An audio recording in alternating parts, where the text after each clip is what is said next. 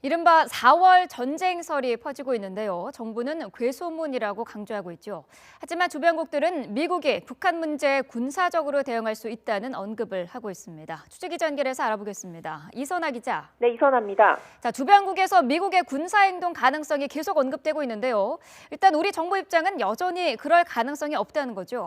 그렇습니다. 우리 정부만 이런 상황에 소외된 것 아니냐 이런 질문을 외교부 당국자에게 던졌습니다. 이런 답이 돌아왔습니다. 적어도 정부는 국민에게 거짓을 전하고 있지는 않다.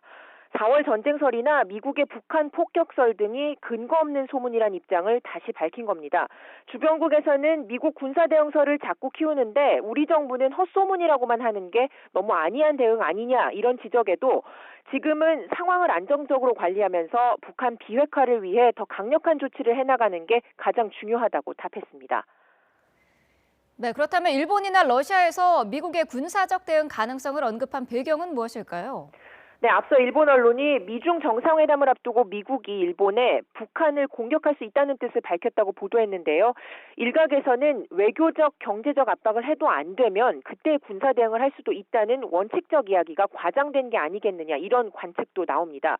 이와 함께 러시아 정부가 미국 군사 대응설을 언급한 건 미국 국무장관 방문을 앞두고 기선을 제압하고 또 한반도 위기감이 커질수록 자신들의 대비 태세도 강화할 수밖에 없는 만큼 불편한 감정을 드러낸 거라는 분석도 있습니다.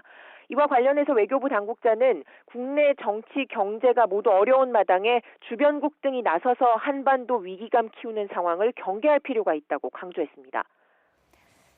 네, 북한이 어제 정기국회격인 최고인민회의를 열었는데요. 김정은도 참석을 했는데 특별한 메시지가 있었습니까?